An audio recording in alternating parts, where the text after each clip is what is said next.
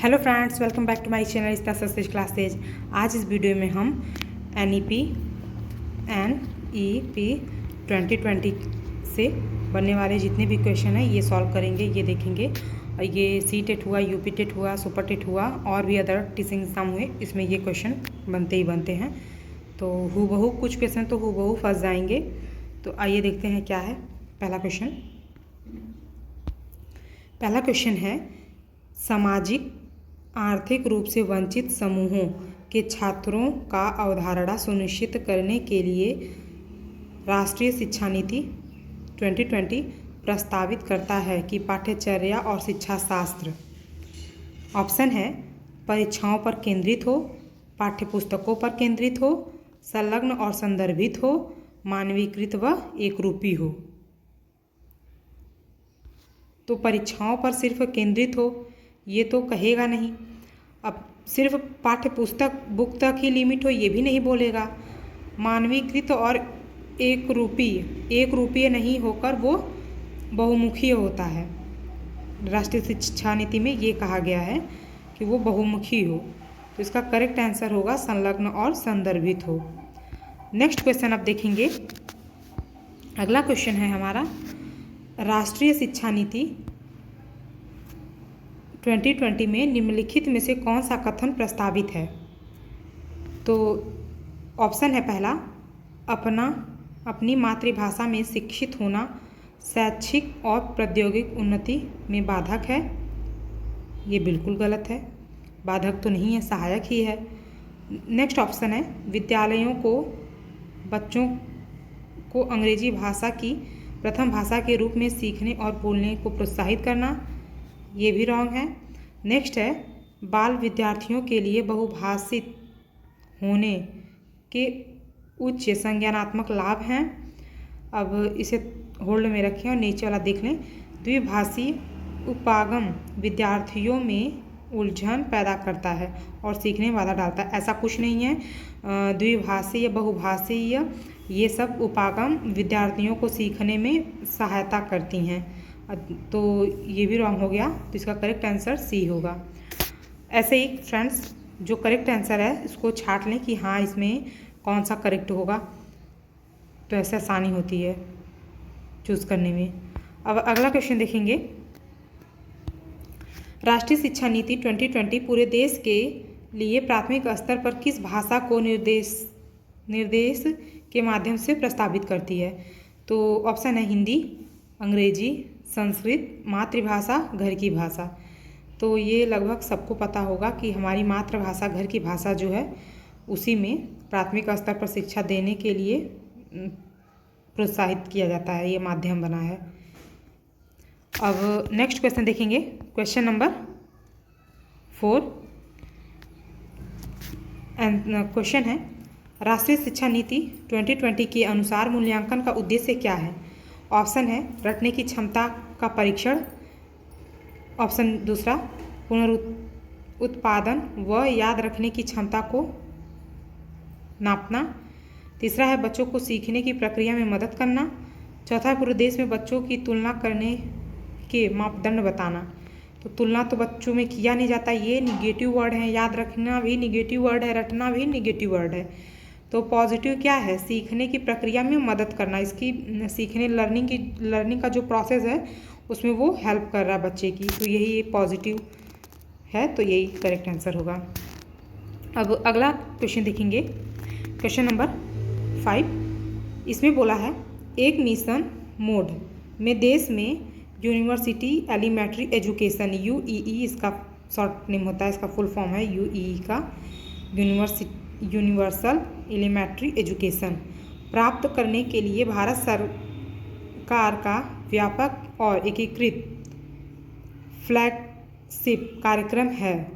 तो ये कार्यक्रम क्या है ये बताना है। ये ऑप्शन है एकलव्य मॉडल है, नई तालीम है, सर्व शिक्षा अभियान है, राष्ट्रीय शिक्षा नीति 1986 है। तो ये इसका करेक्ट आंसर होगा राष्ट्रीय शिक्षा नीति 1986 है। अब नेक्स्ट क्वेश्चन देखेंगे। राष्ट्रीय शिक्षा नीति 2020 के अनुसार शिक्षा को इसमें से देखना है, ये ऑप्शन है सब, कि क्या सही है और क्या गलत है। इसमें से क्या सही है यही चूज़ करना है। तो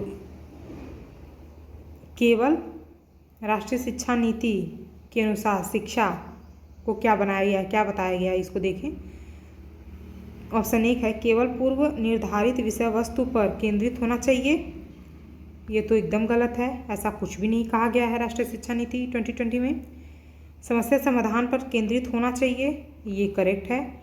अगला देखेंगे, अधिगमकर्ताओं में समालोचनात्मक चिंतन का विकास करना, ये भी करेक्ट है। नेक्स्ट है अन्वेषण निर्धारित और खोज आधारित होना चाहिए। अब अन्वेषण का अर्थ कुछ लोग को नहीं पता है, तो अन्वेषण मतलब कुछ लोग को नहीं पता होता है, तो अन्वेषण का मतलब है बच्चों का खोज करना, तो ये भी खोज पर आधारित होना चाहिए, ये भी करेक्ट ही है। तो अब इसमें देखेंगे कौन सा सही है कौन सा गलत है। तो ए गलत है, करेक्ट हो गया, दूसरा तीसरा चौथा। तो ऑप्शन में इसमें ये है, इसमें भी एक पहला है, इसमें भी पहला है। अब अच्छा, ये यहाँ पे ऑप्शन गलत है, यहाँ पे सही दिया है। दूसरा तीसरा और चौथा करेक्ट आंसर होगा। नेक्स्ट देखेंगे, राष्ट्रीय शिक्षा नीति 2020 में प्रस्तावित बदलाव है। ऑप्शन है मानवीकरण से लचीलापन, रचनात्मक मूल्यांकन से योगात्मक मूल्यांकन। नेक्स्ट है संरचनाओं की समझ से परीक्षण के लिए सीखना। अगला ऑप्शन है बहु विषयकता से कठोरता, तो ये तो गलत है। परीक्षाओं के लिए पर्सनल सीखना, ये भी गलत है। मानवीकरण,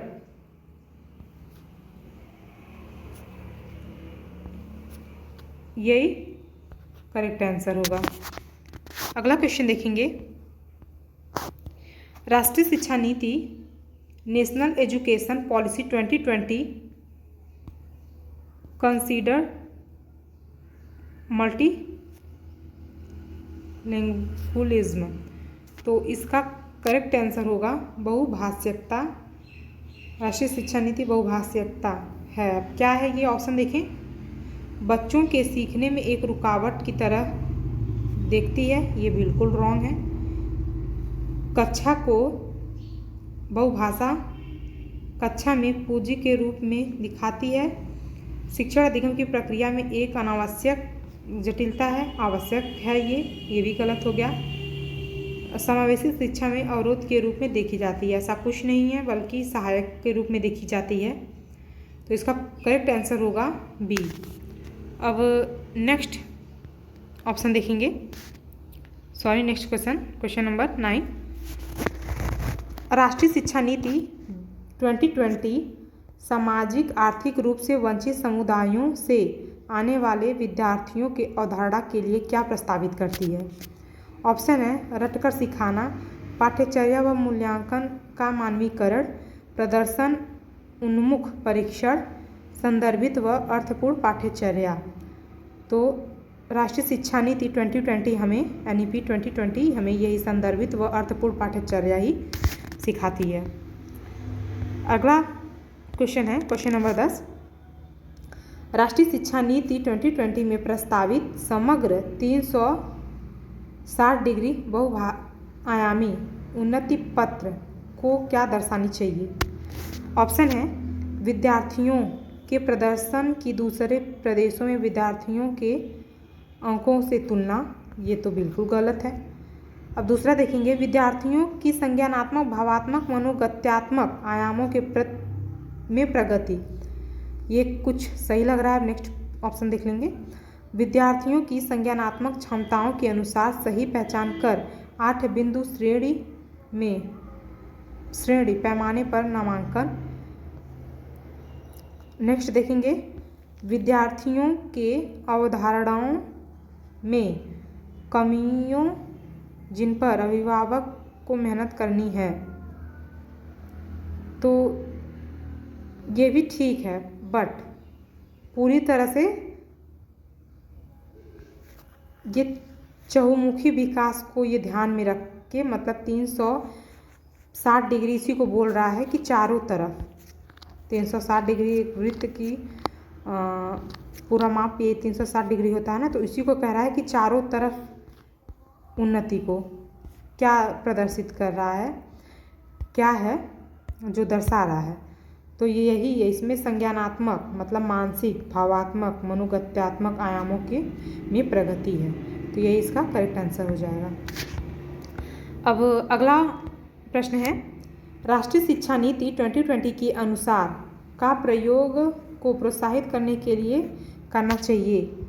तो इसमें अब करेक्ट आंसर क्या है ये देखेंगे। ऑप्शन है कंठस्थीकरण, प्रत्यास्मरण, कंठस्थीकरण, समालोचनात्मक चिंतन, अनुभवजनित अधिगम, समालोचनात्मक चिंतन, अनुभवजनित अधिगम, प्रत्यास्मरण। तो कंठस्थ करना तो होगा नहीं, इसमें भी कंठस्थ है, ये दोनों गलत, रटने पर बल नहीं दिया जाता, ये तो बिल्कुल गलत है। अब हो गया, अब बचा सी और डी। सी में भी अनुभवजनित अधिगम है, डी में भी अनुभवजनित अधिगम है, तो ये तो बिल्कुल सही है, अनुभवजनित अधिगम हो। अब समालोचनात्मक चिंतन और यहाँ पे हो गया प्रत्यास्मरण। रिकॉल मतलब पहले की याद की गई चीज़ को दोबारा याद करना, उसे जगाना, रिकॉल करना। तो ये तो NEP 2020 में कहा नहीं गया, इसको प्रोत्साहित नहीं किया गया है इसमें बल्कि अनुभवजनित अधिगम और समालोचनात्मक चिंतन को प्रोत्साहित किया गया है NEP 2020 में। तो ये हो गया इसका सी करेक्ट आंसर हो गया। नेक्स्ट क्वेश्चन देखेंगे, क्वेश्चन नंबर 12। इसमें है, दिव्यांग छात्रों की शिक्षा के संदर्भ में निम्नलिखित में से किस प्रावधान को राष्ट्रीय शिक्षा नीति 2020 द्वारा बढ़ावा नहीं दिया गया है। ऑप्शन है उपयुक्त इमारतीय ढांचा, दूसरा है प्रत्येक विद्यार्थी के लिए एक शिक्षा और निजी शिक्षा, तीसरा है अनिवार्य विशेष शिक्षा, चौथा है उपयुक्त तकनीकी सुविधा। तो इसका करेक्ट आंसर हो गया है अनिवार्य विशेष शिक्षा, इसमें इसे बढ़ावा नहीं दिया गया है। नेक्स्ट क्वेश्चन देखेंगे, राष्ट्रीय शिक्षा नीति 2020 क्या प्रस्तावित करती है। तो ऑप्शन है विद्यालय की पाठ्यचर्या की विषय वस्तु में कटौती,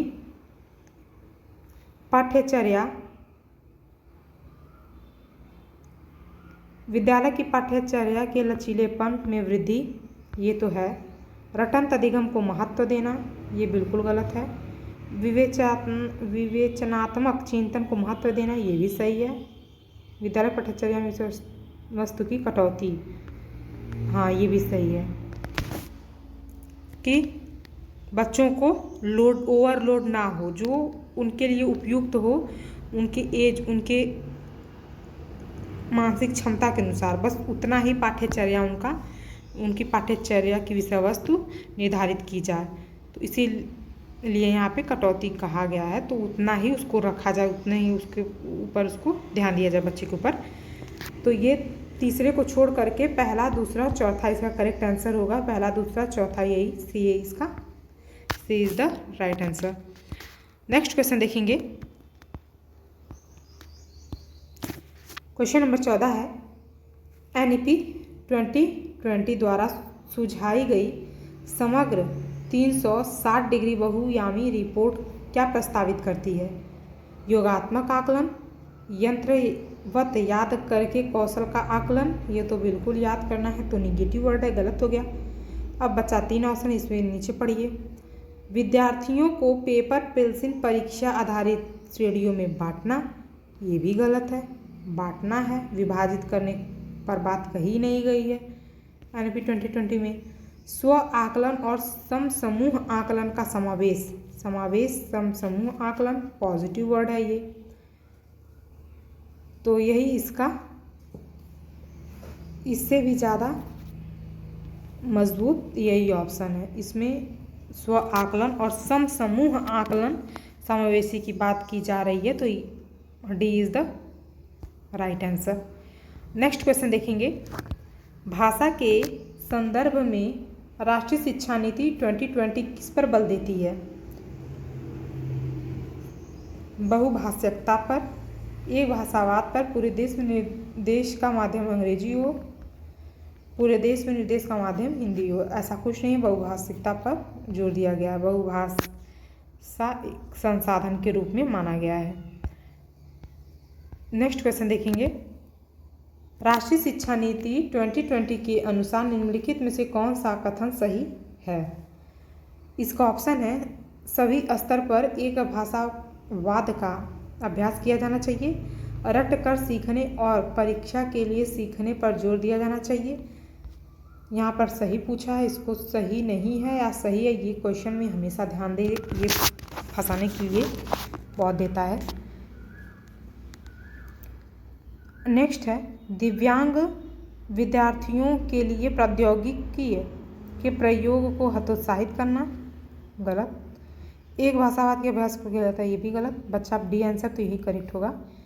इसे भी देख लें, शिक्षार्थियों को उनके सीखने के पथ और कार्यक्रमों को चुनने के लिए लचीलेपन प्रदान किए जाने चाहिए, यही करेक्ट आंसर होगा। अब अगला क्वेश्चन देखेंगे, राष्ट्रीय शिक्षा नीति 2020 किस पर बल देती है? ऑप्शन है, लचीलापन, बहुस्तरीय गति पर आधारित अधिगम, बच्चों के केवल संज्ञानात्मक विकास से संबंधित पहलू, राष्ट्रीय पाठ्यचर्या के मानकीकरण पर, बच्चों के स्मरण कौशल के मानक पर।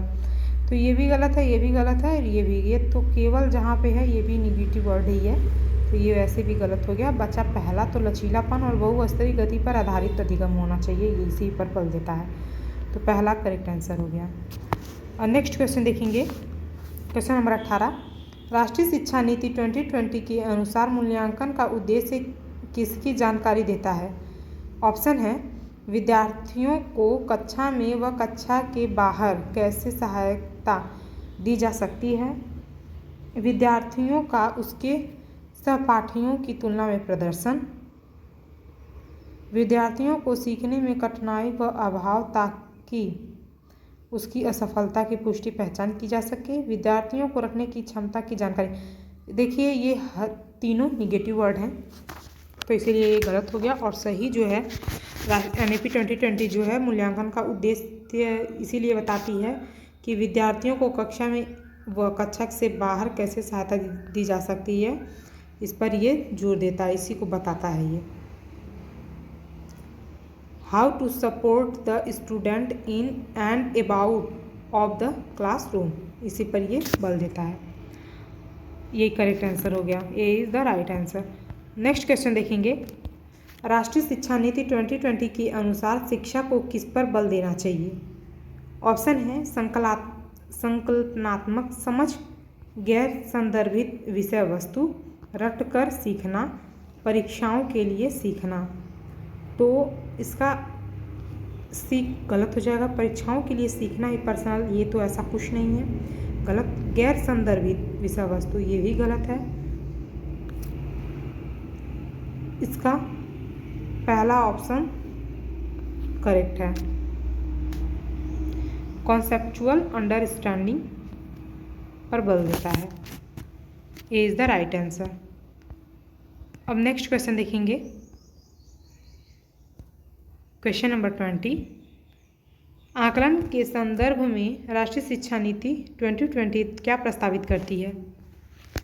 तो ये विश्लेषण और आलोचनात्मक सोच जैसे उच्च क्रम के कौशल का परीक्षण, प्रत्यास्मरण आधारित विषय वस्तुनिष्ठ प्रकार का परीक्षण, आकलन के योगात्मक तरीके, परीक्षा के लिए सीखना। तो इसका करेक्ट आंसर होगा विश्लेषण और आलोचनात्मक सोच जैसे उच्च क्रम के कौशल का परीक्षण, यही करेक्ट आंसर है।